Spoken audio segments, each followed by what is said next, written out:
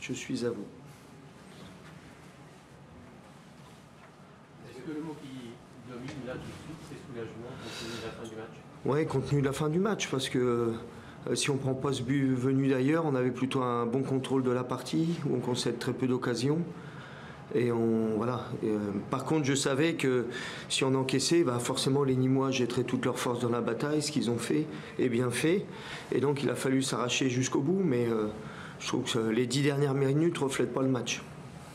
Vous avez ouvert le score très vite. Oui. Ça, c'était un avantage.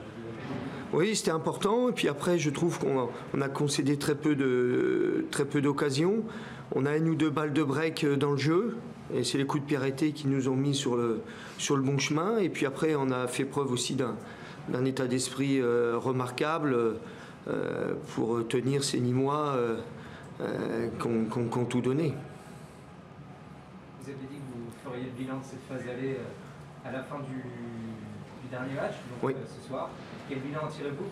C'est un bilan mitigé parce qu'on a, sur la première partie de ces 6 mois, on a surperformé en maîtrisant pas toujours nos matchs. Et dans la deuxième partie, on avait plus de maîtrise dans les matchs et puis c'est là où on a eu les moins bons résultats. Donc voilà, c'est mitigé. On est content. On a été beaucoup longtemps premier, on ne l'est plus. Donc c'est un petit peu frustrant pour nous, mais le plus important c'est d'y être le 15 mai. Donc voilà, les derniers 8-9 matchs ont été décevants au niveau des résultats, malgré qu'on produisait un meilleur contenu que le début de saison. Justement, être derrière Ajaccio à mi-saison, est-ce que pour vous ça veut dire quelque chose, c'est important ou finalement Non, on sait très bien que cette première place, même si elle est honorifique de champion d'automne, c'est pas le but. Mais comme on a été longtemps premier, on aime bien y rester. Il faut féliciter Ajaccio qui fait aussi une première partie de haut niveau. Et puis on voit bien qu'à l'image des 10 dernières minutes, il va falloir qu'on soit aussi dans le combat tout le temps et peut-être jusqu'à la fin. Est-ce que vous êtes rassuré de ce que vous avez vu ce soir après une série un peu compliquée en championnat, ou est-ce que vous considérez que vous avez été trop bougé par Non, on a été bougé 10 minutes sur 90. C'est-à-dire que sur 90% du temps, on a plutôt maîtrisé les débats.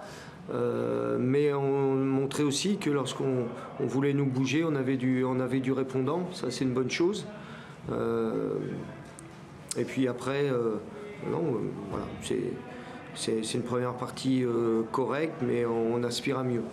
Est-ce qu'il y a des joueurs, des choses qui vous ont fait très plaisir ce soir ou est-ce que... Ce soir, c'est l'état d'esprit, puis le groupe. On a vu des jeunes rentrer, on avait quelques absents de marque avec Ngoumou, avec Ratao, avec Sperring. Donc on a su les combler grâce à la qualité de l'effectif et surtout à la mentalité de l'effectif. Donc ces 3 points-là, c'est la victoire de tout un groupe.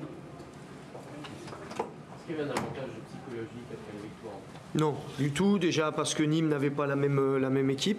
Il n'y avait que 4 titulaires par rapport à samedi. C'était à domicile, c'est une autre compétition. Puis on voit bien que chaque match sa vérité. On peut voir 2 mêmes équipes s'affronter, puis avoir 2 matchs différents. À la fin, vous gagnez. Et à la fin, on gagne, c'est une bonne chose. C'est une bonne chose. C'est bon pour vous? Merci bien. Et bonne fête de fin d'année à tous.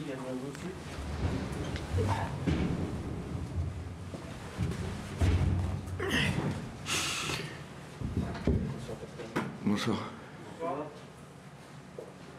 Coach, il y a un peu de frustration compte tenu des 10 dernières minutes. Oui.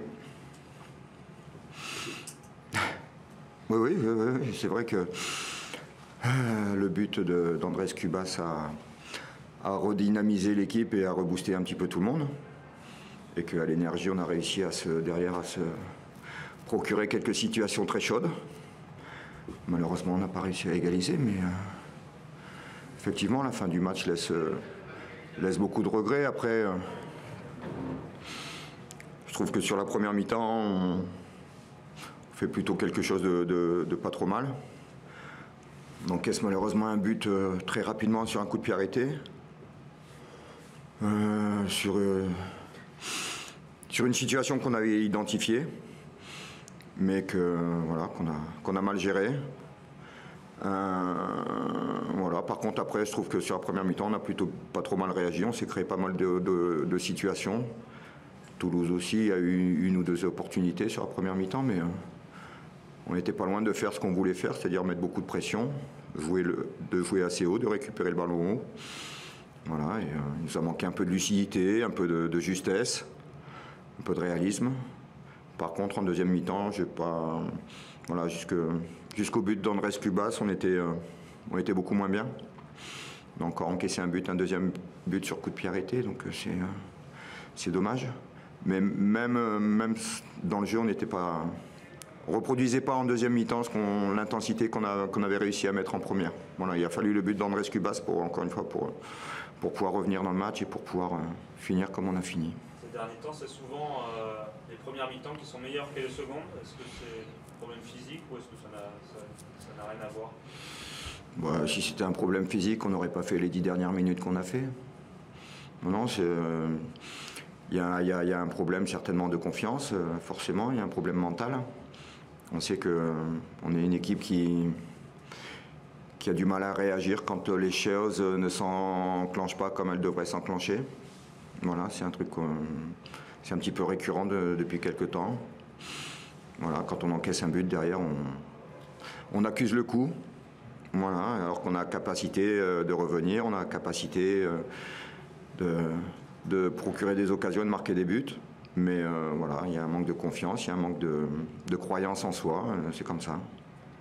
Pourtant, malgré le 0-1, vous dites que la première mi-temps, vous étiez plutôt satisfait de ce que vous avez vu.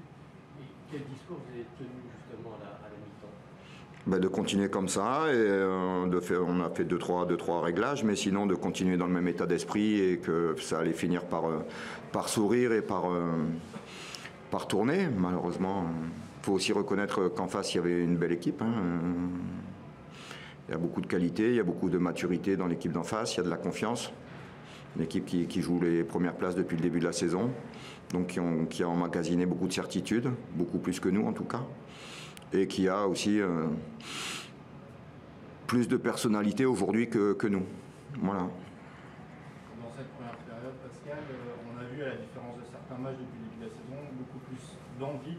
Dans les duels, c'était bien mieux. On a vu ce but à la 3e minute, mais peut-être partir sur ça, sur le deuxième partie de saison.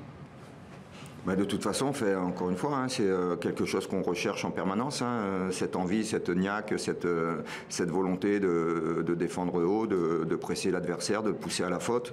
C'est quelque chose qu'on travaille et qu'on essaye d'obtenir depuis le début de la saison. Mais effectivement, ces derniers temps, on ne l'obtenait pas. En début de saison, c'était plutôt pas mal sur les premiers matchs. Mais après, on l'a perdu et voilà. Et c'est quelque chose qu'on a un petit peu retrouvé ce soir. Je pense que le fait de jouer une équipe qui nous en avait mis 4 samedi en Coupe de France, ça nous avait aussi vexé. Et donc il y avait la volonté de se racheter, il y avait cette volonté d'avoir de la fierté, un petit peu d'orgueil. Donc on voulait effectivement presser d'entrée et aller jouer chez eux et les mettre sous pression. Mais encore une fois, on n'était pas loin, mais c'était pas suffisant. Ce que tu disais par rapport à ce problème aussi de confiance, c'est que, je ne sais pas si tu as vu cette stat, sur les 13 derniers matchs, avec ce match-là, Nîmes n'a gardé qu'une seule fois sa cage inviolée. Donc il y a des problèmes aussi défensifs. Oui, il y a des problèmes défensifs, il y a des problèmes offensifs. On a un chantier quand même assez important devant nous.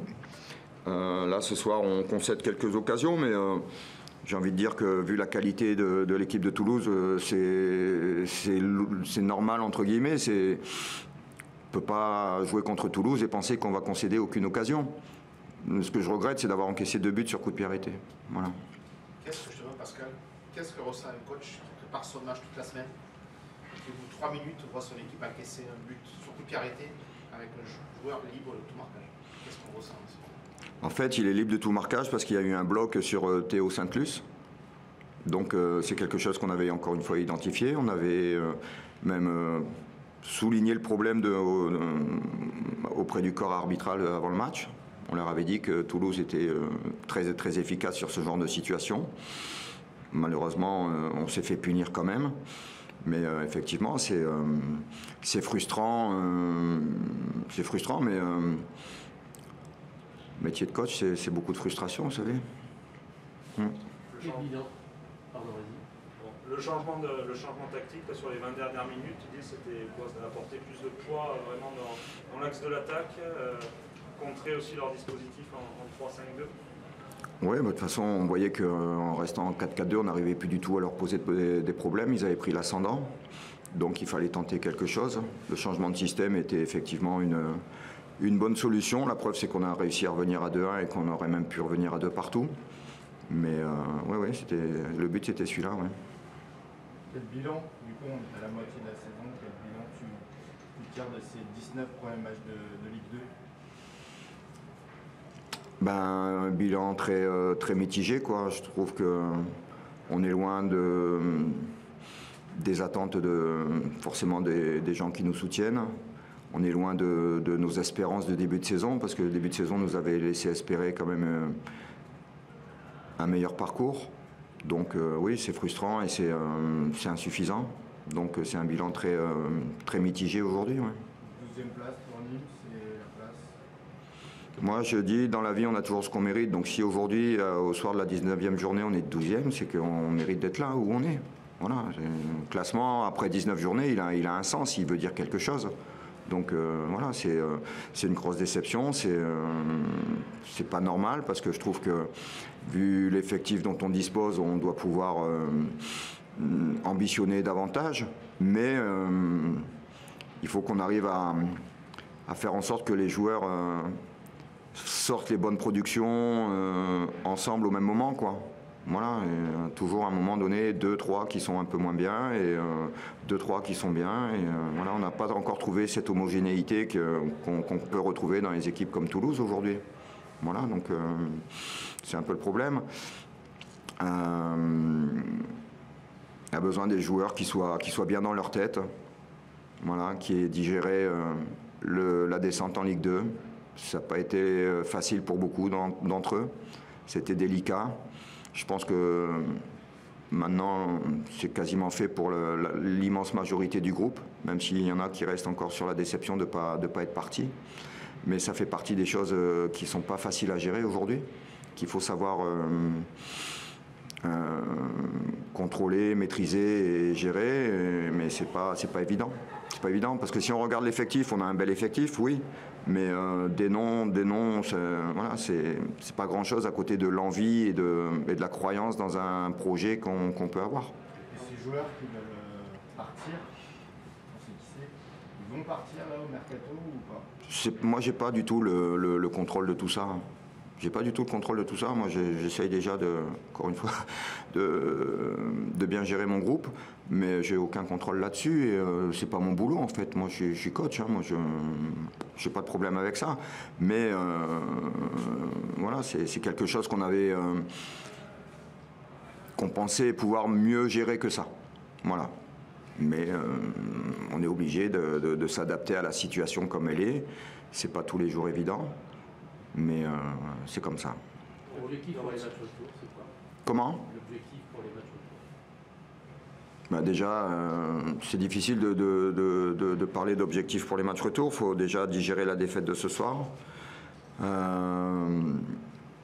a une mini trêve qui va quand même nous permettre de faire le point, de faire une analyse et un constat beaucoup plus lucide que tout de suite après un match.